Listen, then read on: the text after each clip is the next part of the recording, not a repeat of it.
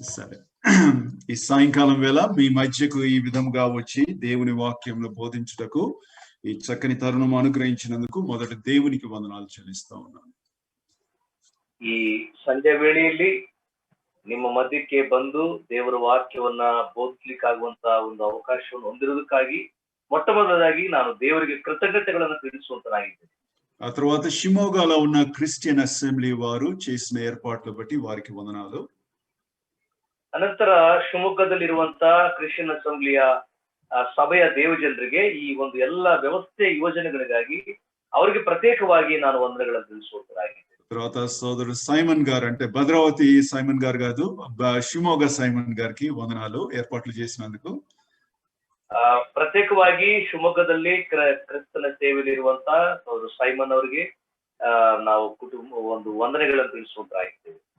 అందరూ చేరి వచ్చిన మరి దేవుని ప్రజలు, దేవుని వాక్యమును ప్రేమించే వారందరికీ కూడా ప్రభువైన యేసుక్రీస్తు నామమున వందనాలు. ಮಾತ್ರವಲ್ಲದೆ ಈ ಜೂಮ್ ನಲ್ಲಿ ಕೂಡಿ ಬಂದಿರುವಂತ ಎಲ್ಲ ಪ್ರಿಯ ದೇವಜನರಿಗೆ, ಹಿರಿಯರಿಗೆ, ಸೇವಕರುಗಳೆಲ್ಲರಿಗೂ ಕೂಡ ಪ್ರತ್ಯೇಕವಾಗಿ ನಾನು ವಂದನೆಗಳನ್ನು ತಿಳಿಸುವಂತರಾಗಿದ್ದೇನೆ. సైమన్ గారు భద్రావతి మరి చక్కని అనువాదము చేస్తున్న ఇద్దరు సైమన్ బ్రదర్స్, ఎక్సలెంట్ ట్రాన్స్లేటర్స్, వారికి వందనాలు.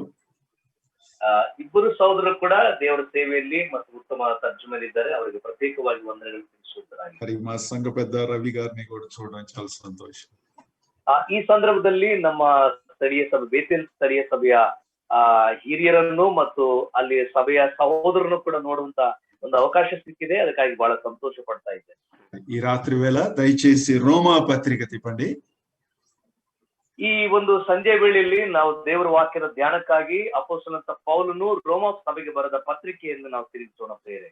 1వ అధ్యాయము 1 నుండి 7 వచనాల వరకు బ్రదర్ సైమన్ చదువుతారు. 1ನೇ ಅಧ್ಯಾಯದಿಂದ 1ರಿಂದ 7ನೇ ವಚನ ತನಕ ಕನ್ನಡ ಭಾಷೆಯಲ್ಲಿ ನೇರವಾಗಿ ನಾನು ಓದ್ತೇನೆ ಪ್ರಿಯರೇ, ದಯಮಾಡಿ. ಪೌಲನು ರೋಮಾಪುರದವರೆಗೆ ಬರೆದ ಪತ್ರಿಕೆ 1ನೇ ಅಧ್ಯಾಯ 1ನೇ ವಚನದಿಂದ 7ನೇ ವಚನ ತನಕ. ಯೇಸು ಕ್ರಿಸ್ತನ ದಾಸನು, ಅಪೊಸ್ತಲನಾಗುವುದಕ್ಕೆ ಕರೆಯಲ್ಪಟ್ಟವನು, ದೇವರ ಸುವಾರ್ತೆಯನ್ನು ಸಾರುವುದಕ್ಕೆ ನೇಮಿಸಲ್ಪಟ್ಟವನೂ ಆಗಿರುವ ಪೌಲನು, ರೋಮಾಪುರದಲ್ಲಿ ದೇವರಿಗೆ ಪ್ರಿಯರು, ದೇವಜನರಾಗುವುದಕ್ಕೆ ಕರೆಯಲ್ಪಟ್ಟವರು ಆಗಿರುವಲ್ಲರಿಗೆ ಬರೆಯುವುದೇನೆಂದರೆ, ನಮ್ಮ ತಂದೆಯಾಗಿರುವ ದೇವರಿಂದಲೂ ಕರ್ತನಾದ ಯೇಸು ಕ್ರಿಸ್ತನಿಂದಲೂ ನಿಮಗೆ ಕೃಪೆಯೂ ಶಾಂತಿಯೂ ಆಗಲಿ. ಸುವಾರ್ತೆಯನ್ನು ಸಾರಿ ಹೇಳಿಸುತ್ತೇನೆಂದು ದೇವರು ಮುಂಚಿತವಾಗಿ ಪವಿತ್ರ ಶಾಸ್ತ್ರಗಳಲ್ಲಿ ತನ್ನ ಪ್ರವಾದಿಗಳ ಮೂಲಕ ಮಾತು ಕೊಟ್ಟನು.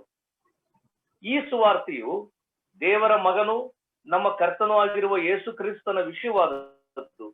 ಆತನ ವಂಶಕ್ರಮದಿಂದ ದಾವೀದನ ಸಂತಾನದಲ್ಲಿ ಹುಟ್ಟಿದವನು, ಪವಿತ್ರವಾದ ಆತ್ಮ ಉಳ್ಳವನಾಗಿದ್ದು, ಸತ್ತ ಮೇಲೆ ಜೀವಿತನಾಗಿ ಎದ್ದು ಬಂದ ಮಹತ್ ಕಾರ್ಯದಿಂದ ದೇವಕುಮಾರನೆಂದು ನಿರ್ಣಯಿಸಲ್ಪಟ್ಟವನು ಆಗಿದ್ದಾನೆ. ಆತನ ಹೆಸರಿನ ಪ್ರಸಿದ್ಧಿಗಾಗಿ ಎಲ್ಲಾ ಅನ್ಯ ಜನಗಳಲ್ಲಿ ನಂಬಿಕೆ ಎಂಬ ವಿಧೇಯತ್ವ ಉಂಟಾವುದಕ್ಕೋಸ್ಕರ ನಾವು ಆತನ ಮೂಲಕವಾಗಿ ಕೃಪೆಯನ್ನು, ಅಪೊಸ್ತಲತನವನ್ನು ಹೊಂದಿದೆವು. ಯೇಸು ಕ್ರಿಸ್ತನಾಗಿರುವುದಕ್ಕೆ ಕರೆಯಲ್ಪಟ್ಟ ನೀವು ಸಹ ಆ ಅನ್ಯ ಜನರೊಳಗಿನವರಾಗಿದ್ದರಿಂದ ನಿಮಗೆ ಬರೆಯುತ್ತೇನೆ. 17వ వచనం 17 ಬ್ರದರ್ 17. ಹೇಗೆಂದರೆ ದೇವರಿಂದ ದೊರಕುವ ನೀತಿಯು ಅದರಲ್ಲಿ ತೋರಿ ಬರುತ್ತದೆ. ನೀತಿವಂತನು ನಂಬಿಕೆಯಿಂದಲೇ ಬದುಕುವನೆಂಬ ಶಾಸ್ತ್ರೋಕ್ತಿಯ ಪ್ರಕಾರ ಆ ನೀತಿಯು ನಂಬಿಕೆಯ ಫಲವಾಗಿದ್ದು ನಂಬಿಕೆಯನ್ನು ಪ್ರಕಟಿಸುವಂತದ್ದಾಗಿದೆ. చివరిగా 3వ అధ్యాయము 26, కానీ కొన్ని తర్జుమాల్లో 25 అవ్వచ్చు. అదేంటంటే యేసు క్రీస్తు రక్తమునందలి విశ్వాసము ద్వారా కరుణాధారం అనే వచనం. 25ನೇ ವಚನದಿಂದ ಓದಿಕೊಳ್ಳೋಣ. ಈತನು, ರೋಮಾಪುರದ ಬರೆದ ಪತ್ರಿಕೆ 3ನೇ ಅಧ್ಯಾಯ 25ನೇ ವಚನ. ಈತನು ತನ್ನ ರಕ್ತವನ್ನು ಸುರಿಸಿ ನಂಬಿಕೆ ಇದ್ದವರಿಗಾಗಿ ಕೃಪಾಧಾರವಾಗಬೇಕೆಂದು ದೇವರು ಈತನನ್ನು ಮುಂದಿಟ್ಟನು.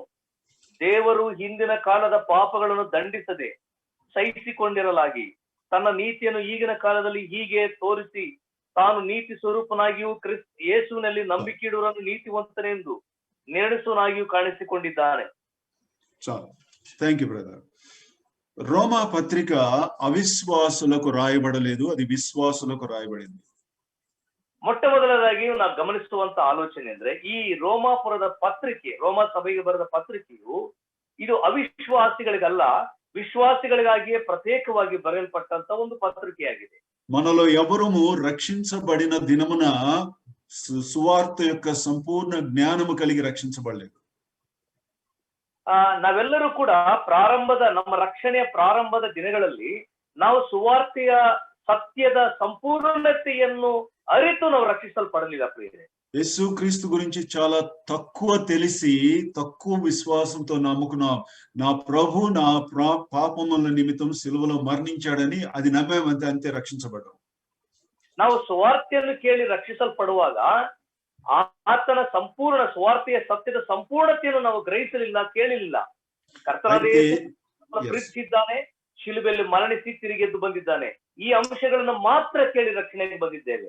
అయితే రక్షించబడిన తరువాత మనలను రక్షించిన రక్షణ ఎంత గొప్పదో, సువార్త ఎంత గొప్పదో దేవుడు తెలుసుకోవాలని ఆశపడతా ఉన్నాడు. ಅಂದ್ರೆ ನಾವು ರಕ್ಷಿಸಲ್ಪಟ್ಟ ನಂತರ ಕೂಡ ನಾವು ಸುವಾರ್ತೆ ಮೂಲಕವಾಗಿ ಹೇಗೆ ರಕ್ಷಣೆ ಹೊಂದಿದ್ದೇವೆ, ಸುವಾರ್ತೆಯ ಸತ್ಯವು ಅಥವಾ ಸುವಾರ್ತೆಯಲ್ಲಿರುವಂತಹ ನಿಜವಾದ ಆಳವಾದ ಅಂಶವು ಏನೆಂಬುದಾಗಿ ನಾವು ತಿಳ್ಕೊಳ್ಬೇಕೆಂಬುದಾಗಿ ನಮ್ಮ ಕರ್ತನು ಆಸೆ ಪಟ್ಟಿದ್ದಾನೆ. రోమా పత్రిక చదివిన వారు ఆశ్చర్యపడతారు. ఏంటంటే నన్ను రక్షించిన నాకు ప్రకటించబడిన సువార్త ఇంత ఔన్నత్యమైందా, ఇంత లోతైనదా, ఇప్పుడు రక్షించబడి 20-30 సంవత్సరాల తర్వాత కూడా అర్థం చేసుకోవడానికి కష్టపడుతున్నాను. ಬೇರೆ ಬಹಳಷ್ಟು ಮಂದಿ ಏನಂದ್ರೆ ಈ ರೋಮಾಪುರದ ಬರೆದ ಪತ್ರಿಕೆಯನ್ನು ಓದಿದಂತವರು ಈ ಓದಿದ ನಂತರ ಕರ್ತನು ನನ್ನನ್ನು ರಕ್ಷಿಸುವುದಕ್ಕಾಗಿ ಇಂಥ ಮಹತ್ತರವಾದಂತ ಸುವಾರ್ತೆಯನ್ನು ಪ್ರಕಟಿಸಿದ್ದಾನ, ಸುವಾರ್ತೆಯಲ್ಲಿ ಇಷ್ಟು ಸತ್ಯಾಂಶಗಳು ಅಡಕವಾಗಿದೆ ಎಂಬುದಾಗಿ ಬಹಳ ಆಶ್ಚರ್ಯ ಮತ್ತು ಸಂತೋಷ ಉಂಟು ಮಾಡುವಂತದ್ದಾಗಿದೆ. ఇక్కడ మనం చదివిన భాగంలో మొదటి భాగంలో యేసు క్రీస్తు దేవుని కుమారుడు అని రాయబడింది. ಈ ಪತ್ರಿಕೆಯ ಮೊದಲನೇ ಅಂಶದ ಮೊದಲನೇ ವಚನದಿಂದ ನೋಡುವಾಗ ಯೇಸು ಕ್ರಿಸ್ತು ದೇವರ ಮಗನಾಗಿದ್ದಾನೆಂಬುದಾಗಿ ಇಲ್ಲಿ ಬರೆಯಲ್ಪಟ್ಟಿದೆ. సువార్తకు కేంద్రకము వ్యక్తి. ಸುವಾರ್ತೆಯ ಕೇಂದ್ರವು ವ್ಯಕ್ತಿಯಾಗಿದ್ದಾರೆ ಪ್ರಿಯ. ಆ ವ್ಯಕ್ತಿ పేరు దేవుని కుమారుడైన యేసు క్రీస్తు. ಆ ವ್ಯಕ್ತಿ ಹೆಸರು ದೇವರ ಮಗನಾಗಿರುವ ಯೇಸು ಕ್ರಿಸ್ತನು ತಾನೇ ಆಗಿದ್ದಾನೆ. యేసు క్రీస్తుకు కలిగిన బిరుదులన్నిటిలో అత్యున్నతమైన బిరుదు ఆయన దేవుని కుమారుడు. ಯೇಸು ಕ್ರಿಸ್ತನಿಗೆ ಕೊಡಲ್ಪಟ್ಟಿರುವಂತ ಹೆಸರುಗಳು ಅಥವಾ ಬಿರುದುಗಳಲ್ಲಿ ಅತ್ಯಮೂಲ್ಯವಾದುದಂದ್ರೆ ಆತನು ದೇವಕುಮಾರನ ಮಗನಾಗಿರುವ ಯೇಸು ಕ್ರಿಸ್ತನೆಂಬುದಾಗಿ. ఎవరైతే సువార్త ప్రకటిస్తారో వారు యేసు క్రీస్తును కేంద్రకముగా పెట్టుకొని సువార్త ప్రకటిస్తే అది చాలా ప్రభావముతో వెళ్తుంది బయటికి. ಯಾರಾದರೂ ಸುವಾರ್ತೆಯನ್ನು ಪ್ರಕಟಿಸುವುದಾದರೆ ಕರ್ತನಾದ ಯೇಸು ಕ್ರಿಸ್ತನನ್ನು ಬಹಳ ಪ್ರಾಮುಖ್ಯವಾಗಿ ಇಟ್ಟುಕೊಂಡು ಸುವಾರ್ತೆಯನ್ನು ಪ್ರಕಟಿಸುವುದಾದ್ರೆ ಅದು ಎಷ್ಟೋ ಪ್ರಭಾವವುಳ್ಳದ್ದು ಮತ್ತು ಅದರಿಂದ ಎಷ್ಟೋ ಆಕರ್ಷಣೀಯವಾದಂತಹ ಕಾರ್ಯಗಳು ಉಂಟಾಗುತ್ತವೆ. మన సౌర కుటుంబంలో కేంద్రకము సూర్యుడు. ಈ ನಮ್ಮ ಸೌರ ವ್ಯೂಹ ಮಂಡಲದಲ್ಲಿ ಕೇಂದ್ರವಾಗಿರ್ತಕ್ಕಂಥದ್ದು ಸೂರ್ಯನು ಆಗಿದ್ದಾನೆ. సూర్యుడిని సౌర కుటుంబంలో నుండి తీసివేస్తే కాంతి పోతది, వెలుగు పోతది, జీవం పోతది, సమస్తం పోతది. ಈ ಸೌರವ್ಯೂಹ ಮಂಡಲದಲ್ಲಿ ಸೂರ್ಯನನ್ನು ತೆಗೆದಿಟ್ಟು ಉಳಿದವುಗಳಿಗೋಸ್ಕರ ನಾವು ವಿವರಣೆ ಕೊಡುವುದಾದ್ರೆ ಅಲ್ಲಿ ಬೆಳಕಿರುವುದಿಲ್ಲ, ಕಾಂತಿ ಇರುವುದಿಲ್ಲ, ಪ್ರಕಾಶಮಾನವಿರುವುದಿಲ್ಲ ಬೇರೆ. యేసు క్రీస్తు సువార్తకు అటువంటి వాడు. ಯೇಸು ಕ್ರಿಸ್ತನು ಸುವಾರ್ತೆಗೆ ಆ ರೀತಿಯ ಒಂದು ಸೂಚನೆ ಉಳ್ಳಂತವನಾಗಿದ್ದಾನೆ. ఇప్పుడు ఆయన దావీదు కుమారుడు అని అక్కడ రాయబడింది. ಇಲ್ಲಿ ನಾವು ಗಮನಿಸುವಂತ ದೇವರ ವಾಕ್ಯ ಭಾಗದಲ್ಲಿ ಕರ್ತನಾದ ಯೇಸು ಕ್ರಿಸ್ತನು ದಾವೀದನ ಮಗನಾಗಿದ್ದಾನೆಂಬುದಾಗಿ ಬರೆಯಲ್ಪಟ್ಟಿದೆ. కాబట్టి సింహాసనమునకు ఆయన మాత్రమే పాత్రుడు. ಅಂದ್ರೆ ಸಿಂಹಾಸನಕ್ಕೆ ಆತನೊಬ್ಬನೇ ಪಾತ್ರನಾಗಿದ್ದಾನೆ, ಯೋಗ್ಯನಾಗಿದ್ದಾನೆ ಎಂಬುದಾಗಿ. మత్తయి సువార్త ప్రారంభించబడిన విధానం చాలా ఆశ్చర్యంగా ఉంటుంది. దావీదు కుమారుడు, అబ్రహాము కుమారుడైన యేసుక్రీస్తు వంశావళి. ಮತ್ತೈನ ಬರೆದ ಸುವಾರ್ತೆಯು ಪ್ರಾರಂಭದ ಬಹಳ ವಿಶೇಷವಾದ ಪ್ರಾರಂಭ ಇದೆ ಬೇರೆ. ಅಲ್ಲಿ ಅಬ್ರಹಾಮನ ಮಗನು ಮತ್ತು ದಾವೀದನ ಮಗನು ಎಂಬುದಾಗಿ ಬರೆಯಲ್ಪಟ್ಟಿದೆ. అబ్రహాము కుమారుడుగా ఆయన నిజమైన ఇస్సాకు, ಅಬ್ರಹಾಮನ ಮಗನಾಗಿದ್ದರಿಂದ ಆತ ನಿಜವಾದ ಇಸ್ಸಾಕನಾಗಿದ್ದಾನೆ. దావీదు కుమారుడుగా ఆయన నిజమైన సొలొమోను. ದಾವೀದನ ಮಗನಾಗಿ ಆತ ನಿಜವಾದ ಸೊಲೊಮೋನನಾಗಿದ್ದಾನೆ. ఏ సంఘములో యేసు క్రీస్తు శిరస్సుగా ఉంటాడో, సింహాసనం మీద ఉంటాడో ఆ సంఘములో సమాధానం ఉంటుంది. ಯಾವ ಸಭೆಯಲ್ಲಿ ಯೇಸು ಕ್ರಿಸ್ತನು ಶಿರಸ್ಸಾಗಿ ಮತ್ತು ಸಿಂಹಾಸನವಾಗಿ ಆಧಿಪತ್ಯವುಳ್ಳವನಾಗಿರುತ್ತಾನೋ ಆ ಸಭೆಯು ಹೆಚ್ಚಿನ ಅಂಶವು ಸಮಾಧಾನದಿಂದ ಕೂಡಿರುತ್ತದೆ. 1000 ఏళ్ల పరిపాలనలో కూడా ఆయన సింహాసనం మీద కూర్చొని భూమిని తన మహిమతో నింపుతాడు.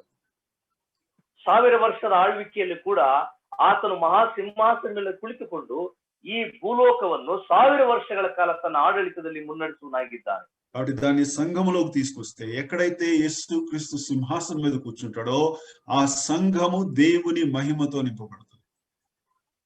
ಎಲ್ಲಿ ಯಾವ ಸಭೆಯಲ್ಲಿ ಕರ್ತನಾದ ಯೇಸು ಕ್ರಿಸ್ತನಿಗೆ ಬಹಳ ಪ್ರಾಮುಖ್ಯವಾದ ಸ್ಥಾನ ಮತ್ತು ಸಿಂಹಾಸನದ ರೀತಿಯಲ್ಲಿ ಆತನನ್ನು ನಾವು ಆತನಿಗೆ ಗೌರವಿಸುವುದಾದ್ರೆ ಅಥವಾ ಸಿಂಹಾಸನ ಮೇಲೆ ಕುಳಿಸುವುದಾದ್ರೆ ಅಂತ ಸಭೆಯು ಅದು ಆಶೀರ್ವದಿಸಲ್ಪಡುವುದು ಮತ್ತು ಅಭಿವೃದ್ಧಿಗೆ ಕಾರಣವಾಗಿರುತ್ತದೆ. పౌలు ఈ యొక్క సువార్త రోమియోలకు ఎందుకు రాస్తున్నాడు? ಅಪೊಸ್ತಲನಾದ ಪೌಲನು ಈ ಒಂದು ಕ್ರಿಸ್ತನ ಈ ಒಂದು ಸುವಾರ್ತೆಯ ಸತ್ಯಾಂಶವನ್ನು ಯಾಕೆ ರೋಮ ಸಭೆಗೆ ಆತನು ಬರೆಯುತ್ತಿದ್ದಾನೆ? వేరే వాళ్ళకి ఫిలిప్పీలకు ఎందుకు రాయలేదు, లేకపోతే గలతీయులకు ఎందుకు రాయలేదు, కొలస్సీలకు ఎందుకు రాయలేదు? ಈ ಸುವಾರ್ತೆಯ ಸತ್ಯಾಂಶವನ್ನು ಫಿಲಿಪ್ಪಿ ಸಭೆಗಾಗಲಿ, ಗಲತಿ ಸಭೆಗಾಗಲಿ ಅಥವಾ ಎಫೆಸ ಸಭೆಗಾಗಲಿ ಯಾಕೆ ಬರೆಯಲ್ಪಡಲಿಲ್ಲ ಪ್ರಿಯರೇ? దానికి కారణం ఏంటంటే రోమా ఆ సామ్రాజ్యము ఆ దినమున ప్రపంచాన్ని పరిపాలిస్తా ఉంది. ಇದಕ್ಕೆ ಪ್ರಾಮುಖ್ಯವಾದ ಕಾರಣ ಏನಂದ್ರೆ ಈ ಪತ್ರಿಕೆ ಬರೆಯುವಂತ ಸಂದರ್ಭದಲ್ಲಿ ಅಂದಿನ ಕಾಲದ ಪ್ರಪಂಚದ ಸರ್ವಾಡಳಿತವು ಅದು ರೋಮ್ ಸರ್ಕಾರಕ್ಕಿತ್ತು, ರೋಮ ಪಟ್ಟಣದ ಪೌರತ್ವ ಇತ್ತು ಎಂಬುದಾಗಿ. కాబట్టి రోమా సామ్రాజ్యములో ఏది జరిగినా కూడా ప్రపంచమంతా న్యూస్ అతి వేగముగా శీఘ్రముగా వ్యాపిస్తుంది. ಅಂದ್ರೆ ಆವತ್ತಿನ ಕಾಲದ ರೋಮ್ ಪಟ್ಟಣದ ಕುರಿತಾಗಿರುವಂತ ಯಾವುದೇ ಒಂದು ವಾರ್ತೆಯು ವಿಷಯವು ಅದು ಪ್ರಕಟವಾದರೆ ಪ್ರಪಂಚಾದ್ಯಂತಕ್ಕೂ అతి శీఘ్రವಾಗಿ వ్యాపిస్తుంది ప్రియరೇ. ಅದು అమెరికాలో జరిగినట్టు అమెరికాలో ఏం జరిగినా ప్రపంచంలో అందరూ ఆసక్తి చూపిస్తారు. ನೋಡಿ, ಇವತ್ತಿನ ಅಮೆರಿಕ ದೇಶವು ಬಹಳಷ್ಟು ವೈಭವ ಮತ್ತು ಅದು ದೊಡ್ಡ ದೇಶವಾಗಿದೆ. ಹಾಗಾಗಿ ಆ ದೇಶದಲ್ಲಿ ಯಾವ್ದಾದ್ರು ಒಂದು ಘಟನೆ ನಡೆಯುವುದಾದ್ರೆ ವಿಶ್ವಾದ್ಯಂತ ಪ್ರಪಂಚದುದ್ದಕ್ಕೂ అతి ಬೇಗನೆ ಅದು ప్రకటಗೊಳ್ಳುತ್ತದೆ. అంటే పౌలు యొక్క ఆశ ఏంటంటే ఈ సువార్త ప్రపంచంలో ఉన్న వారందరికీ తొందరగా సమానముగా అందరికీ లభించాలనే ఆశ కలిగిన పౌలు. ಪೌಲನ ಒಂದು ಹೃದಯಾಭಿಲಾಷೆ ಏನಂತ ಹೇಳಿದ್ರೆ ಈ ಸುವಾರ್ತೆಯು ಅತಿ ಬೇಗನೆ ಶೀಘ್ರವಾಗಿ ಮತ್ತು ಬಹಳ ಸ್ಪಷ್ಟವಾಗಿ ಪ್ರಪಂಚಾದ್ಯಂತಕ್ಕೂ ಪ್ರತಿಯೊಬ್ಬರಿಗೂ ಅದು ತಲುಪಬೇಕು, ಮುಟ್ಟಬೇಕೆಂಬ ಉದ್ದೇಶವಾಗಿತ್ತು. 8వ వచనం చదవండి బ్రదర్. మొదటి అధ్యాయం 8వ వచనం. 1ನೇ ಅಧ್ಯಾಯ 8ನೇ ವಚನವನ್ನು ಕೂಡ ಓದಿಕೊಳ್ಳೋಣ. ಮೊದಲನೇದು, ನಿಮ್ಮ ನಂಬಿಕೆಯು ಲೋಕದಲ್ಲೆಲ್ಲ ಪ್ರಸಿದ್ಧಿಗೆ ಬಂದದ್ದರಿಂದ ನಿಮ್ಮೆಲ್ಲರ ವಿಷಯವಾಗಿ ಯೇಸು ಕ್ರಿಸ್ತನ ಮೂಲಕ ನನ್ನ ದೇವರಿಗೆ ಸ್ತೋತ್ರ ಮಾಡುತ್ತೇನೆ. సరే, మత్తయి యూదులకు రాస్తా ఉన్నాడు తన సువార్తను. ಮತ್ತಾಯನು ಯಹೂದ್ಯರಿಗೆ ಮಾತ್ರ ತನ್ನ ಸುವಾರ್ತೆಯನ್ನು ಬರೀತಾ ಇದ್ದಾನೆ. మార్కు రోమియోలకు రాస్తున్నాడు సువార్తను. ಮಾರ್ಕನು ಸುವಾರ್ತೆಯನ್ನು ರೋಮಾಪುರದ ಜನಾಂಗಗಳಲ್ಲಿ ಬರೆಯುತ್ತಿದ್ದಾನೆ. మరి లూకా గ్రీకు దేశస్థులకు రాస్తా ఉన్నాడు. ಲೂಕನು ಗ್ರೀಕು ದೇಶಸ್ಥರಿಗೆ ಸುವಾರ್ತೆಯನ್ನು ಬರೆಯುತ್ತಿದ್ದಾನೆ. లోకంలో 3 రకాల జనాలు ఉన్నారు. ఎక్కువ అంటే పరిపాలించే వాళ్ళు 3 రకాల జనాలు ఉన్నారు. ಲೋಕದಲ್ಲಿ ಆಡಳಿತ ರೂಢಿಯಲ್ಲಿ ಇರ್ತಕ್ಕಂತ ಪ್ರಾಮುಖ್ಯವಾದ ಜನಾಂಗಗಳು 3 ತರದ ಜನಾಂಗಗಳಿದೆ ಪ್ರಿಯರೇ. రోమియోలు వారి ఆలోచన విధానం ఎట్లుంటదంటే శక్తి ద్వారా ప్రపంచాన్ని జయించి పరిపాలించవచ్చు. ರೋಮಿಯರ ಒಂದು ಆಲೋಚನೆ ಏನಂತ ಹೇಳಿದ್ರೆ ತಮ್ಮ ಶಕ್ತಿ ಸಾಮರ್ಥ್ಯಗಳಿಂದ ಈ ಪ್ರಪಂಚವನ್ನು ಪರಿಪಾಲಿಸುವುದೆಂಬ ಉದ್ದೇಶ ಅವರಿಗಿದೆ. అయితే గ్రీకు దేశస్థుల ఆలోచన ఏంటంటే జ్ఞానము ద్వారా లోకాన్ని జయించి పరిపాలించవచ్చు.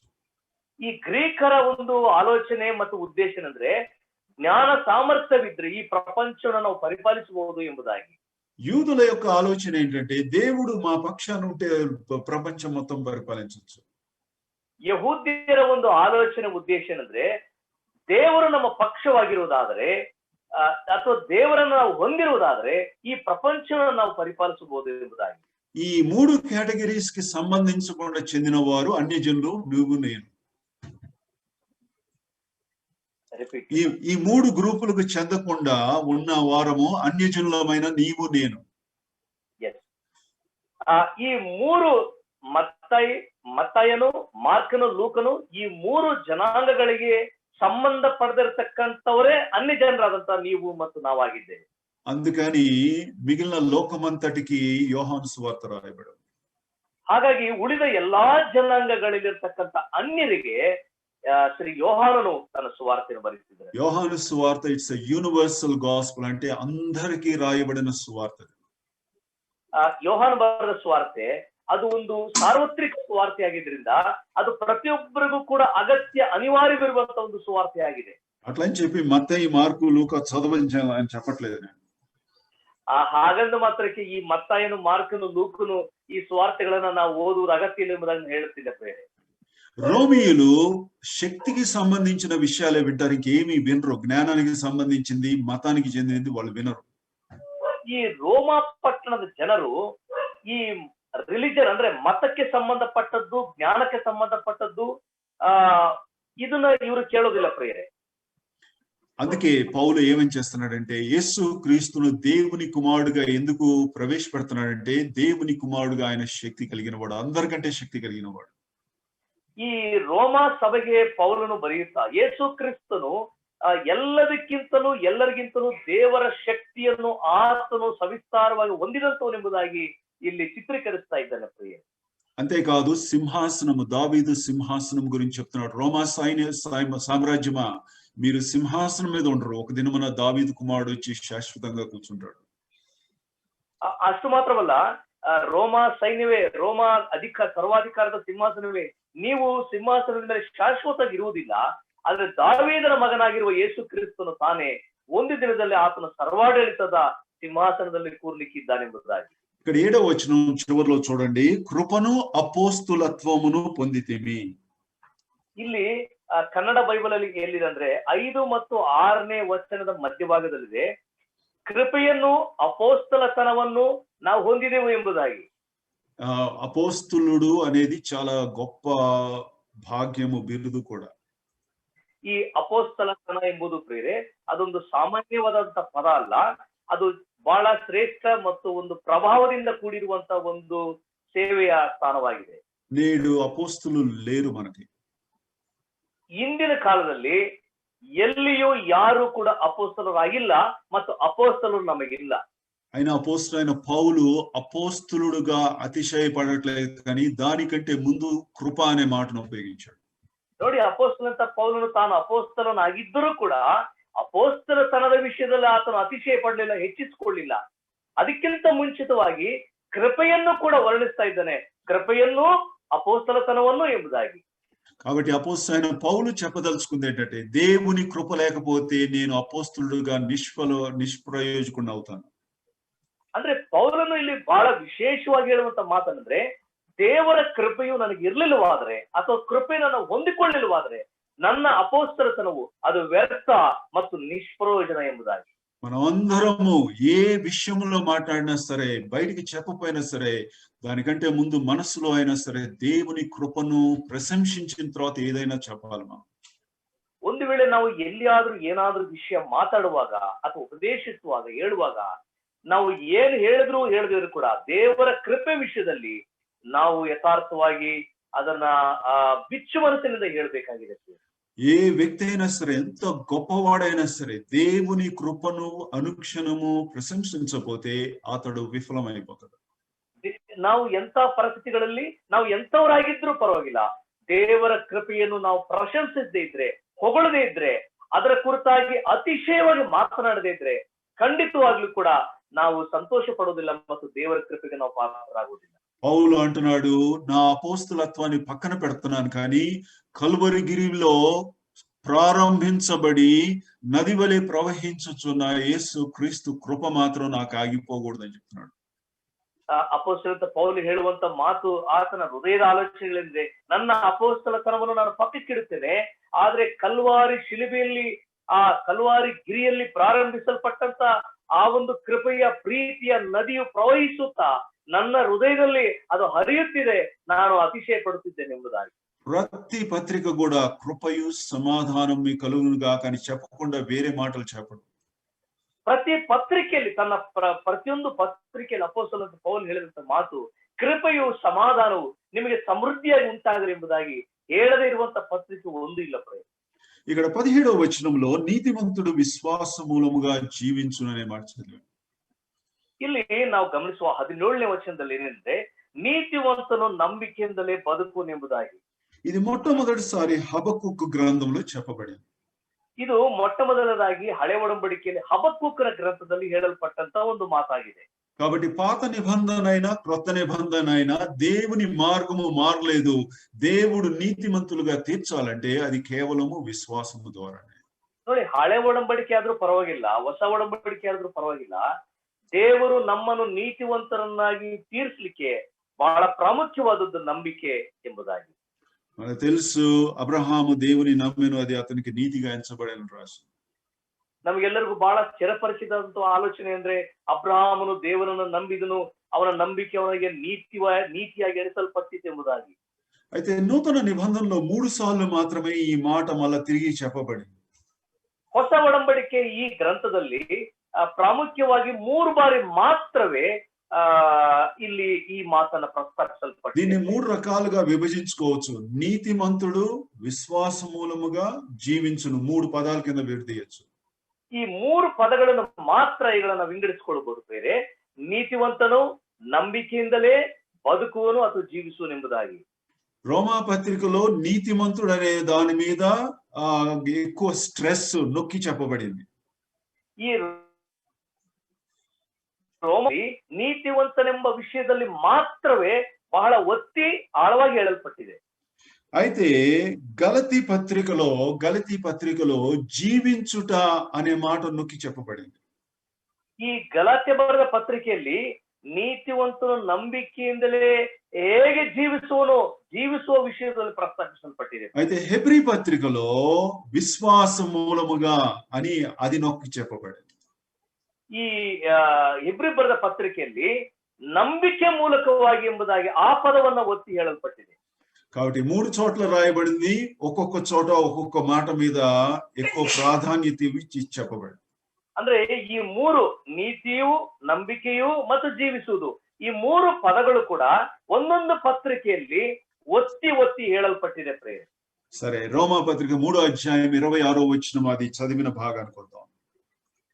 ರೋಮಾಪುರದ ಬರೆದ ಪತ್ರಿಕೆ 3ನೇದು 26ನೇ ವಚನ ನಾವು ಓದಿಕೊಂಡಿದ್ದೇವೆ. చదవండి బ్రదర్. కరుణాధారం క్రీస్తు యేసు రక్తమునందలి విశ్వాసము ద్వారా ఆయనను కరుణాధారముగా బయలుపరచును. 25ನೇ ವಚನ ಕನ್ನಡ ಬೈಬಲ್ ಅಲ್ಲಿ, ಈತನು ತನ್ನ ರಕ್ತವನ್ನು ಸುರಿಸಿ ನಂಬಿಕೆ ಇದ್ದವರಿಗಾಗಿ ಕೃಪಾಧಾರವಾಗಬೇಕೆಂದು ದೇವರು ಈತನನ್ನು ಮುಂದಿಟ್ಟನು. సరే, నేను ఇక్కడ చూడండి, ఈ యొక్క రక్షణ యొక్క ఫలితములు 3 ఉన్నాయి. ನಾವು ಇಲ್ಲಿ ಇದರ ವಿಷಯದಲ್ಲಿ ಆಲೋಚನೆ ಮಾಡುವಾಗ ರಕ್ಷಣೆಯ ಒಂದು ಫಲಿತಾಂಶಗಳು 3 భాగాలాಗಿ ಮಾಡಲ್ಪಟ್ಟಿದೆ. ఒకటి నీతిమంతులుగా తీర్చుట, అంటే ఇంగ్లీష్ లో జస్టిఫికేషన్ అంటారు. ಒಂದು ನೀತಿವಂತರನ್ನಾಗಿ ಮಾಡುವುದು, ಇಂಗ್ಲಿಷ್ ನಲ್ಲಿ ಜಸ್ಟಿಫಿಕೇಶನ್ ಎಂಬುದಾಗಿ. రెండోది పవిత్రీకరించుట లేదా శుద్ధీకరించుట, దీన్ని సాంక్టిఫికేషన్ అంటారు. ಎರಡನೇದಾಗಿ ಪವಿತ್ರ ಮಾಡುವಂತದ್ದು ಅಥವಾ ಶುದ್ಧೀಕರಿಸುವಂತದ್ದು ಸ್ಯಾಂಟಿಫಿಕೇಶನ್ ಎಂಬುದಾಗಿ. అయితే ఈ ముందున్నది నమ్ముకొనని వారికి, ಈ ಮೊದಲನೇದಾಗಿರುವಂತ ಒಂದು ಪದವು ಅದು ನಂಬಿಕೆ ಇಲ್ಲದವರಿಗಾಗಿ ಆಗಿದೆ. అయితే ఇది కేవలము నమ్మిన వారికి మాత్రమే. ಆದ್ರೆ ಇದು ಎರಡನೇ ಅಂಶವು ಅದು ನಂಬಿದಂತವರಿಗೆ ಮಾತ್ರವೇ ಬರೆಯಲ್ಪಟ್ಟಿದೆ. ఇది యేసు క్రీస్తు రక్తము ద్వారా, ಯೇಸು ಕ್ರಿಸ್ತನ ರಕ್ತದ ಮೂಲಕವಾಗಿ, ఇది దేవుని వాక్యం అనే నీరు ద్వారా, ಈ ಪವಿತ್ರ ಮಾಡುವುದು, ಶುದ್ಧಿ ಮಾಡುವುದು ದೇವರ ವಾಕ್ಯ ಎಂಬ ನೀರಿನ ಮೂಲಕವಾಗಿ. ఇది యేసు క్రీస్తు పని. ఏది? నీతిమంతులుగా తీర్చుట. రిపీట్ అన్న. ఈ నీతిమంతులుగా తీర్చుట యేసు క్రీస్తు పని. ಈ ನೀತಿವಂತರನ್ನಾಗಿ ಮಾಡುವಂತದ್ದು ಇದು ಕರ್ತನಾದ ಯೇಸು ಕ್ರಿಸ್ತನ ಕೆಲಸವಾಗಿದೆ. అయితే ఈ పవిత్రీకరించుట అనేది పరిశుద్ధాత్మ పని. ఈ శుద్ధీకరిಸುವುದು, పవిత్ర ಮಾಡುವಂತದ್ದು పవిత్రాత్మನ ಕೆಲಸ. ఎవరైతే ఈ రెండో స్టేజ్ దాటి ముందుకెళ్తారో వారు మహిమ పరచడం అనేది వారికి అర్థమవుతుంది. ಈ 1-2 ಹಂತಗಳನ್ನ ದಾಟಿ ಯಾರು ಮುಂದಕ್ಕೆ ಹೋಗ್ತಾರೋ ಅವರು ಮಹಿಮೆ ಪಡಿಸುವಂತ ಕಾರ್ಯದಲ್ಲಿ ತೊಡಗಿಸಿಕೊಳ್ಳುತ್ತಾರೆ. ಇಂಗ್ಲಿಷ್ లో ಗ್లోರಿಫಿకేషన్ అన్నాడు. ಇಂಗ್ಲಿಷ್ ನಲ್ಲಿ ಗ್ಲೋರಿಫಿಕೇಶನ್, ಮಹಿಮೆ ಪಡಿಸುವುದು ಎಂಬುದಾಗಿ. సరే, మనము ముందుకు సాగిపోదాం. ఇక్కడ చూడండి,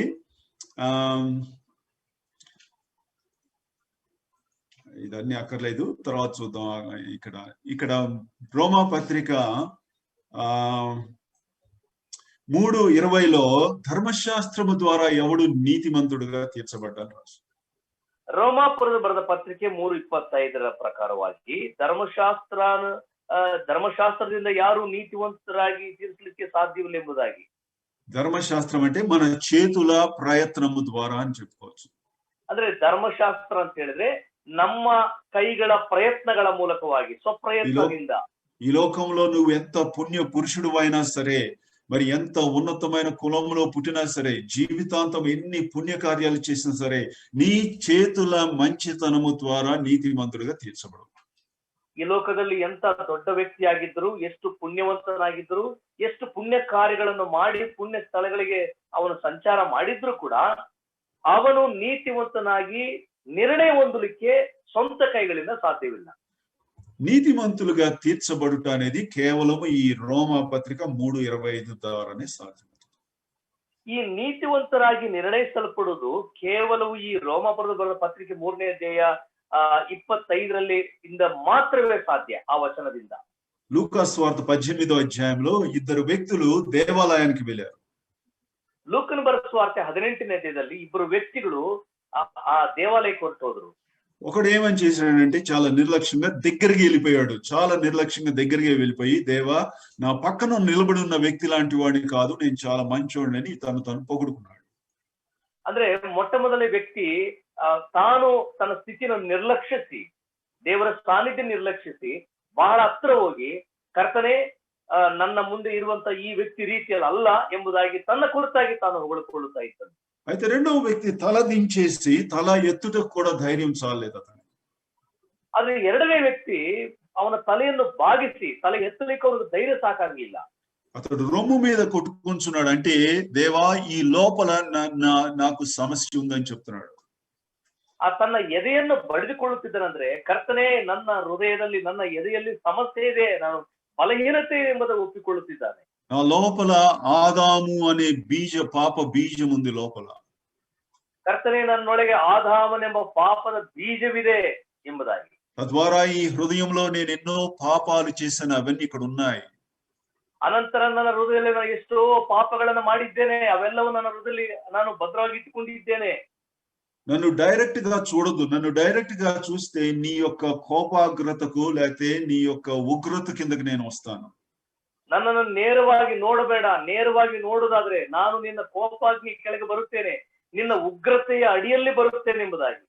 ఇక్కడ చూడండి, ఈ మాట కృపాధారమాయను అనే మాట పాత నిబంధనలో ప్రత్యక్ష గుడారంలో అతి పరిశుద్ధ స్థలములో నిబంధన మందస్సములో ఉన్న కరుణాపీఠముకి ఉపయోగించబడిన మాట.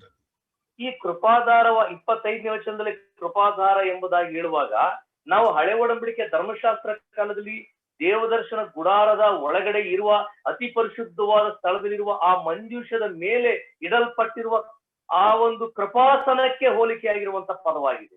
అక్కడున్న కరుణాధారం మీద మోషే లేకపోతే అహరోను వెళ్ళి మరి రక్తాన్ని చల్లుతారు. ಅಲ್ಲಿರುವಂತ ಆ ಕೃಪಾಸನದ ಮೇಲೆ ಅಹರೋನನು ವರ್ಷಕ್ಕೊಂದಾವರ್ತಿ ಹೋಗಿ ಅದರ ರಕ್ತವನ್ನು ಅದರ ಮೇಲೆ ಚಿಮುಕಿಸ್ತಾರೆ. అప్పుడు దేవుని యొక్క కోపము చల్లారుతుంది. ಅಲ್ಲಿ ಆಗ ಜನರ ಮೇಲಿರುವಂತಹ ದೇವರ ಕೋಪವು ನಿವಾರಿಸಲ್ಪಡುತ್ತದೆ. అది నూతన నిబంధనలో చెప్పాలంటే సిలువ మీద వేలాడిన యేసు ప్రభుతో పోల్చుకోవచ్చు. ಅದು ಹೊಸ ಒಡಂಬಡಿಕೆಗೆ ನಾವು ಹೋಲಿಸಿ ಹೇಳುವಾಗ ಕರ್ತನಾದ ಯೇಸು ಕ್ರಿಸ್ತನು ಶಿಲುಬೆಯಲ್ಲಿ ಸುರಿಸಿದಂತ ಆ ಪರಿಶುದ್ಧವಾದ ರಕ್ತಕ್ಕೆ ಹೋಲಿಕೆಯಾಗಿದೆ. దేవుడు యేసు క్రీస్తు సిలువలో మరణించి తన అమూల్యమైన రక్తాన్ని కార్చే వరకు ఆయన ఉగ్రత కోపం తగ్గలేదు, చల్లారలేదు. ಪ್ರಿಯರೇ, ದೇವರು ಸರ್ವಲೋಕ ಪಾಪ ನಿವಾರಣೆಗಾಗಿ ತನ್ನ ರಕ್ತವನ್ನು ಸುರಿಸಿ ಆತನು ಮರಣಿಸುವವರೆಗೂ ದೇವರು ಜನರ ಮೇಲೆ ತನ್ನ ಉಗ್ರತೆ ಕೋಪವನ್ನು ಆತನು ತೀರಿಸಲಿಲ್ಲ, ಆತನು ನಿವಾರಣೆ ಮಾಡಲಿಲ್ಲ. ఇప్పుడు ఆ సుంకరి ప్రార్థన చేస్తున్నాడు, దేవా, నన్ను డైరెక్ట్ గా చూడదు, కానీ సిలువలో వేలాడుచున్న యేసు ప్రభువును చూచి ఆ తర్వాత నన్ను చూడంట.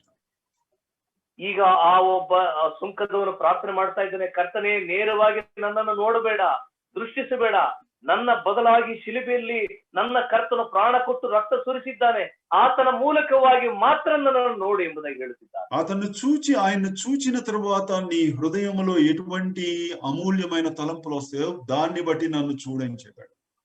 ಕರ್ತನೇ ನನಗೋಸ್ಕರ ಪ್ರಾಣ ಕೊಟ್ಟಂತ ಕ್ರಿಸ್ತನನ್ನು ಮೊದಲು ನೋಡು, ನನಗೋಸ್ಕರ ಪ್ರಾಣ ಕೊಟ್ಟು ರಕ್ತ ಸುರಿಸಿದ್ದಾನೆ, ಆತನ ನೋಡಿದ ಮೇಲೆ ಅನಂತರ ನನ್ನ ನೋಡು, ನಿನಗೆ ಯಾವ ಆಲೋಚನೆ ಉದ್ದೇಶ ನನ್ನ ಮೇಲೆ ಹುಟ್ಟುತ್ತದೋ ಆನಂತರ ನೀನು ತೀರ್ಮಾನ ಮಾಡು. అదే రోమా పత్రిక 3:25లో రాయబడింది. అదే ಒಂದು ಉದ್ದೇಶದ ಪ್ರೇರಣೆಯು ఈ రోమాపత్రిక పత్రిక. దేవుడు తన ప్రియకుమారుని లేకపోతే దేవుడు ఆ రక్తమును సిలువలో చూచినప్పుడు ఆ రక్తము ద్వారా ప్రతి వ్యక్తిని నమ్మిన ప్రతి వ్యక్తిని నీతిమంతుడుగా తీరుస్తాడు. ದೇವರು ಆ ಶಿಲುಬೆಯಲ್ಲಿ ಆ ಒಂದು ವ್ಯಕ್ತಿಯನ್ನು ನೋಡುವಾಗ ಆ ಪ್ರತಿ ವ್ಯಕ್ತಿಗಾಗಿ ಆತನು ರಕ್ತವನ್ನು ಸುರಿಸಿದ್ದನೆಂಬುದಾಗಿ ಇಲ್ಲಿ ಲೂಕಾಸ್ 18 అతడు నీతిమంతుడుగా తీర్చి తన ఇంటికి వెళ్ళబడ్డాడని. ಅಲ್ಲಿ ಸುಂಕದವನ ವಿಷಯದಲ್ಲಿ ಬರೆಯಲ್ಪಟ್ಟಂತ ಮಾತೇನೆಂದ್ರೆ ಆ ಸುಂಕದವನು ನೀತಿವಂತನಾಗಿ ನಿರ್ಣಯಿಸಲ್ಪಟ್ಟವನಾಗಿ ತನ್ನ ಮನೆಗೆ ಹೊರಟು ಹೋದನು. ఇక్కడ చూడండి, ఇక్కడ 2 స్థానాలు ఉన్నాయి. ಇಲ್ಲಿ 2 ಬಣ್ಣದ ಸ್ಥಾನಗಳಿದೆ ಪ್ರೇರೆ. ఒకవేళ ఆదాము పాపము చేయలేదని అనుకుందాం మనం. ಒಂದು ವೇಳೆ ಆದಾಮನು ಪಾಪ ಮಾಡಲಿಲ್ಲ ಎಂಬುದಾಗಿ ತಿಳ್ಕೊಳ್ಳೋಣ. ఇదిగో ఈ పచ్చని ఇక్కడ నిలబడి ఉండేవాడు అతను. ಒಂದು ವೇಳೆ ಅವನು ಪಾಪ ಮಾಡಲಿಲ್ಲವಾದ್ರೆ ಇಲ್ಲಿ ಹಸಿರು ಸ್ಥಾನದಲ್ಲಿ ನಿಲ್ಲಬೇಕಾಗಿತ್ತು. అతనికి ఏం శిక్ష ఉండదు, దేవుడు అతని మీద ఏం శిక్షను మోపలేడు. ಅವನಿಗೆ ಯಾವ ಶಿಕ್ಷೆ ಇರುವುದಿಲ್ಲ, ದೇವರು ಅವನಿಗೆ ಯಾವ ಒಂದು ಶಿಕ್ಷೆಯನ್ನು ಕೂಡ ಹೊರಿಸುವುದಿಲ್ಲ ಪ್ರೇರೆ. అయితే ఆదాము పాపం చేశాడు. ಆದ್ರೆ ಆದಾಮನು ಪಾಪ ಮಾಡಿದನು కాబట్టి యువతలకు వచ్చి ఎరుపు రంగు స్థానం మీద నిలబడ్డాడు. ಆದ್ರೆ ಆದಾಮನು ಈ ಹಸಿರು ಸ್ಥಾನದಲ್ಲಿ ಇರಬೇಕಾದವನು ಪಾಪ ಮಾಡಿದ್ರಿಂದ ಅವನು ಕೆಂಪು ಸ್ಥಾನದಲ್ಲಿ ನಿಲ್ಲಬೇಕಾಗಿ ಬಂತು. మనందరం ఆయన సంతానం, ನಾವೆಲ್ಲರೂ ಆದಾಮನ ಸಂತಾನದವರು. కాబట్టి ఈ యొక్క ఎరుపు రంగు మీద నిలబడిన వ్యక్తులను దేవుడు ఆయన శిక్షిస్తాడు, లేకపోతే నరకానికి పంపిస్తాడు. ಈ ಕೆಂಪು ಸ್ಥಾನದಲ್ಲಿ ನಿಂತಿರುವ ಪ್ರತಿಯೊಬ್ಬರನ್ನು ದೇವರು ಶಿಕ್ಷಿಸುತ್ತಾನೆ ಮತ್ತು ತನ್ನ ಕೋಪವನ್ನು ತೋರಿಸಿ ಅವರ ನರಕಕ್ಕೆ ಹಾಕುತ್ತಾನೆ. కాబట్టి ఇక్కడ నిలబడిన వాడు కింద అగాధంలోకి పాతాళంలోకి వెళ్ళిపోతాడు. ಇಲ್ಲಿ ಕೆಂಪು ಸ್ಥಳದಲ್ಲಿ ನಿಂತಂತವನು ಅವನು ಕೆಳಗಡೆ ಅಗಾಧ ಪಾತಾಳ ಎಂಬ ಸ್ಥಳಕ್ಕೆ ಹೊರಟು ಹೋಗ್ತಾನೆ. సరే, ఇప్పుడు ఆ వ్యక్తి పాపము చేసిన వ్యక్తి యేసు క్రీస్తు రక్తము ద్వారా విమోచించబడ్డాడు అనుకుందాం. ಈಗ ವ್ಯಕ್ತಿ ಪಾಪ ಮಾಡಿದಂತ ವ್ಯಕ್ತಿ ಯೇಸು ಕ್ರಿಸ್ತ ರಕ್ತದ ಮೂಲಕವಾಗಿ ಅವನು ವಿಮೋಚಿಸಲ್ಪಟ್ಟಿದ್ದಾನೆ. అతడు నమ్మాడు, నా ప్రభు నా కొరకు సిలువలో మరణించాడు, ఇది నమ్ముతున్నాను, నా పాపముల నిమిత్తం అమూల్యమైన రక్తాన్ని కార్చి మరణించాడు నమ్ముతున్నప్పుడు అతడు రక్షించబడ్డాడు. ನನ್ನ ಕರ್ತನು ನನಗೋಸ್ಕರ ಪ್ರಾಣ ಕೊಟ್ಟು ರಕ್ಷಿಸಿದ್ದಾನೆ, ನನ್ನ ಪಾಪಗಳಿಗೋಸ್ಕರ ಆತನು ಮರಣಿಸಿ ಉಣಲ್ಪಟ್ಟು ತಿರುಗೆದ್ದು ಬಂದಿನೆಂಬ ಅಂಶಗಳನ್ನು ಆಧಾರ ಮಾಡಿಕೊಂಡು ಈ ಪಾಪಿಯು ನಂಬಿದ್ದಾನೆ, ವಿಶ್ವಾಸವಿಟ್ಟಿದ್ದಾನೆ. నమ్మినప్పుడు చాలా మంది ఏమనుకుంటున్నారంటే ఎరుపు రంగు దాని మీద నుండి మళ్ళా గ్రీన్ దాని మీదకి వచ్చేసాడని అనుకుంటున్నారు. ಈ ಬಹಳ ಮಂದಿ ಏನ್ ನೆನೆಸ್ತಾ ಇದ್ದಾರೆ ಅಂದ್ರೆ ಅವನು ನಂಬಿದ ತಕ್ಷಣವೇ ಆ ಕೆಂಪು ಪಟ್ಟಿಯಿಂದ ಹಸಿರು ಪಟ್ಟಿಗೆ ಬಂದಿದ್ದಾನೆ ಎಂಬುದಾಗಿ. అయితే గ్రీన్ మీద ఉన్న వ్యక్తి పాపము చేయని స్థానం అది. ಈ ಹಸಿರು ಪಟ್ಟಿ ಮೇಲೆ ಇದ್ದಂತ ಒಬ್ಬ ವ್ಯಕ್ತಿಯು ಅವನು ಪಾಪ ಮಾಡ್ಲಿಕ್ಕೆ ಸಾಧ್ಯವಾಗದಂತ ಒಂದು ಸ್ಥಾನ ಅದು. నమ్ముకున్న వ్యక్తి నీతిమంతుడిగా తీర్చబడ్డాడు. చాలా మంది అనుకునేది ఏంటంటే నీతిమంతుడిగా తీర్చబడ్డా అంటే పాపము చేయని వ్యక్తితో సమానమైన స్థానం కలిగి ఉన్నాడు అని అనుకుంటున్నారు. ಅಂದ್ರೆ ನಂಬಿದಂತ ವ್ಯಕ್ತಿಯು ಅವನು ಪಾಪವನ್ನು ಒಪ್ಪಿಕೊಂಡು ಬಿಟ್ಟಿದ್ದಾನೆ ಮತ್ತು ನೀತಿವಂತನಾಗಿದ್ದಾನೆ, ಇನ್ನು ಅವನು ಪಾಪ ಮಾಡುವುದಿಲ್ಲ ಎಂಬುದಾಗಿ ಅನೇಕರು ನೆನೆಸುತ್ತಾರೆ. కాదు, అది కాదు. దేవుడు ఏం చేస్తున్నాడంటే నీతిమంతులుగా తీర్చుట అంటే పాపము చేయని ఆదాము స్థానంలో నిలవబెట్టడు. ಅಂದ್ರೆ ಆ ಅಂಶ ಎಲ್ಲ ಪ್ರೇರಣೆ ನೆನ್ಸ್ಕೊಳ್ತಾ ಇರೋದು. ದೇವರ ನಿರ್ಣಯ ಹೇಗಿದೆ ಅಂದ್ರೆ ಪಾಪ ಮಾಡಿದಂತ ಒಪ್ಪಿಕೊಂಡವರನ್ನ ಇನ್ನು ಆದಾಮನ ಸ್ಥಾನದಲ್ಲಿ ನಿಲ್ಲಿಸುವುದಿಲ್ಲ. ఆయన నూతనముగా ఇంకొక స్థానాన్ని సృష్టిస్తాడు. ಹೊಸದಾಗಿ ಇನ್ನೊಂದು ಸ್ಥಾನವನ್ನು ಸೃಷ್ಟಿಸುತ್ತಾನೆ ಪ್ರೇರೆ. ఇక్కడ చూడండి, ఆ నూతనముగా ఇది బ్లూ రంగులో ఇక్కడ కనపడతా ఉంది. ನೋಡಿ, ಹೊಸದಾಗಿ నీతిವಂತನು ಎಂಬ ಒಂದು ಇನ್ನೊಂದು ನೀಲಿಯ ಪಟ್ಟಿ ಕಾಣಿಸುತ್ತೆ. దేవుడు ఇక్కడ నుండి ఎరుపు రంగు నుండి బ్లూ రంగుకు మారుస్తున్నాడు. మధ్యలో ఇంకా ఉంచడు. ఆదాము పాపం చేయకపోతే ఏ స్థానంలోనూ అక్కడ ఉంచడు. ಆದಾಮನು ಪಾಪ ಮಾಡಲಿಲ್ಲವಾದ್ರೆ ಅವನ ಹಸುರು ಸ್ಥಾನದಲ್ಲಿ ಇರಬೇಕಾಗಿತ್ತು. ಆ ಸ್ಥಾನದಲ್ಲಿ ನಮ್ಮನ್ನು ಇಡದೆ ನಾವು ಪಾಪ ಮಾಡಿ ನಾವು ಒಪ್ಪಿಕೊಂಡಿದ್ರಿಂದ, ನಾವು ನೀತಿವಂತರಾಗಿರೋದ್ರಿಂದ ನಮ್ಮನ್ನು ಈ ನೀಲಿಯ ಪಟ್ಟಿಗೆ ಸ್ಥಾನಕ್ಕೆ ಆತ ನಡೆಸುವಂತನಾಗಿದ್ದಾನೆ. అది ఒక ప్రత్యేకమైన స్థానం. అది ಈ ಒಂದು ನೀಲಿ ಪಟ್ಟಿಯು ಅಥವಾ ನೀತಿವಂತನ ಸ್ಥಾನವು ಪ್ರತ್ಯೇಕವಾದ ಬಿರುದು ಕೊಡಲ್ಪಟ್ಟಿದೆ ಪ್ರಿಯರೇ. ఆ స్థానమును యేసుక్రీస్తు రక్తము ద్వారానే సృష్టించ సాధ్యమవుతుంది. ఇంకా వేరే మార్గం లేదు.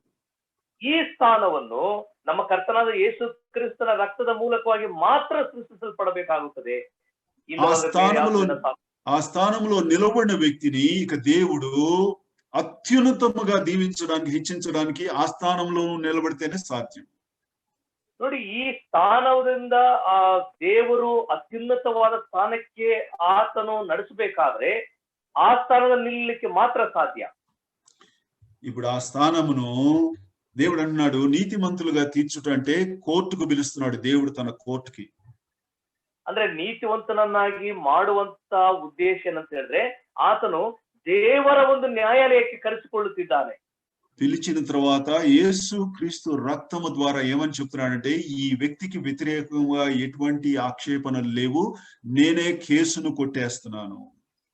ಅಂದ್ರೆ ದೇವರ ನ್ಯಾಯಾಲಯಕ್ಕೆ ನಮ್ಮನ್ನು ಕರೆಸಿಕೊಂಡು ದೇವರ ಮುಂದೆ ಆತನು ಹೇಳುವಂತಹ ವಿಷಯ ಏನಂತ ಹೇಳಿದ್ರೆ, ಯೇಸು ಕ್ರಿಸ್ತನು ಈ ವ್ಯಕ್ತಿಯು ಅಧಿಕವಾಗಿ ಪಾಪ ಮಾಡಿದ್ದ, ಆದ್ರೆ ಈಗ ಈ ವ್ಯಕ್ತಿ ಪರವಾಗಿ ನಾನು ಕೂಡ ಇವನ ಮೇಲೆ ಯಾವುದೇ ಕೇಸುಗಳಿಲ್ಲದೆ ಒಡಲಾಗ್ತಿದ್ದೇನೆ ಎಂಬುದಾಗಿ ನಮ್ಮ ಪರವಾಗಿ ಕ್ರಿಸ್ತನು ವಾದಿಸುವಂತನಾಗಿದ್ದಾನೆ. ಈಗ ఎన్నటికీ ఈ కేసు నా న్యాయస్థానంలోకి తేబడదు.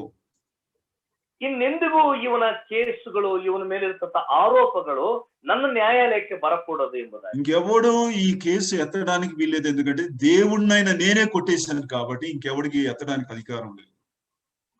ಇವನ ಮೇಲಿದ್ದಂತ ಎಲ್ಲ ಆರೋಪಗಳನ್ನ, ಅಪರಾಧಗಳನ್ನ ದೇವರಾಗಿರ್ತಕ್ಕಂತ ನಾನೇ ಇವನ ಫೈಲ್ ಅನ್ನ ಎಲ್ಲವನ್ನ ನಾನು ಒಡೆದು ಹಾಕಿದ್ದೇನೆ, ಅಳಿಸಿಬಿಟ್ಟಿದ್ದೇನೆ. ಹಾಗಾಗಿ ಇನ್ನು ಯಾರೂ ಕೂಡ ಇವನ ಮೇಲೆ ತಪ್ಪುಗಳನ್ನ ಹೊರಿಸಲಿಕ್ಕೆ ಸಾಧ್ಯವಿಲ್ಲ.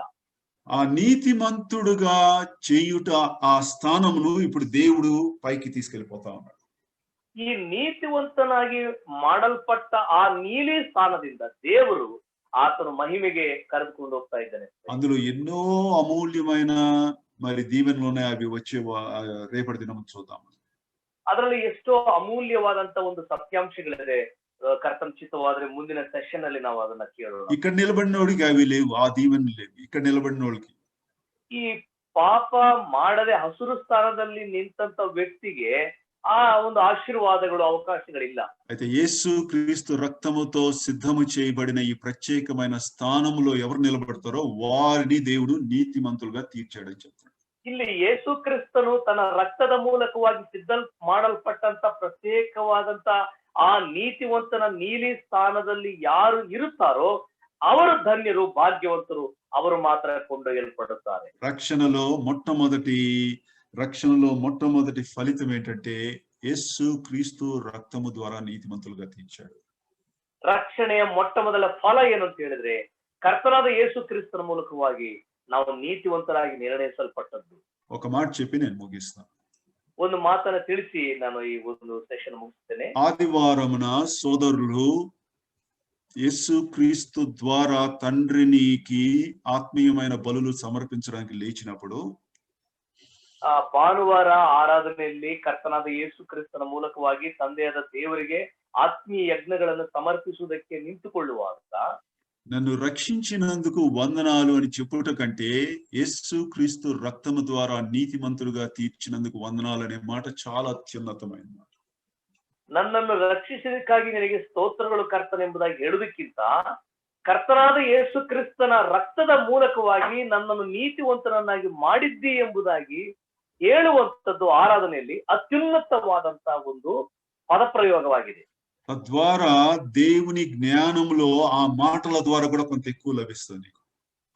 ಆ ನಂತರ ಆ ಆರಾಧನೆಯ ಒಂದು ಔನ್ನತ್ಯವೂ ಮತ್ತು ಆರಾಧನೆಯ ಶ್ರೀಮಂತಿಕೆ ಅಡಕವಾಗಿರುತ್ತದೆ ಮತ್ತು ದೇವರು ಆ ಮಾತುಗಳ ಮೂಲಕವಾಗಿ ಮಹಿಮೊಂದುತ್ತಾನೆ. ನಾವು ಆ ಜ್ಞಾನವನ್ನು ಪಡ್ಕೊಳ್ಳೋರಾಗಿರುತ್ತೇವೆ. కొద్దిపాటి మాటలు దేవుడు దీవించును గాక. ಈ ಅಲ್ಪ ಮಾತುಗಳನ್ನು ಕರ್ತನು ತಾನೇ ಆಶೀರ್ವದಿಸಲಿ. మరి ఒకసారి అనువాదం చేసిన సోదరుడు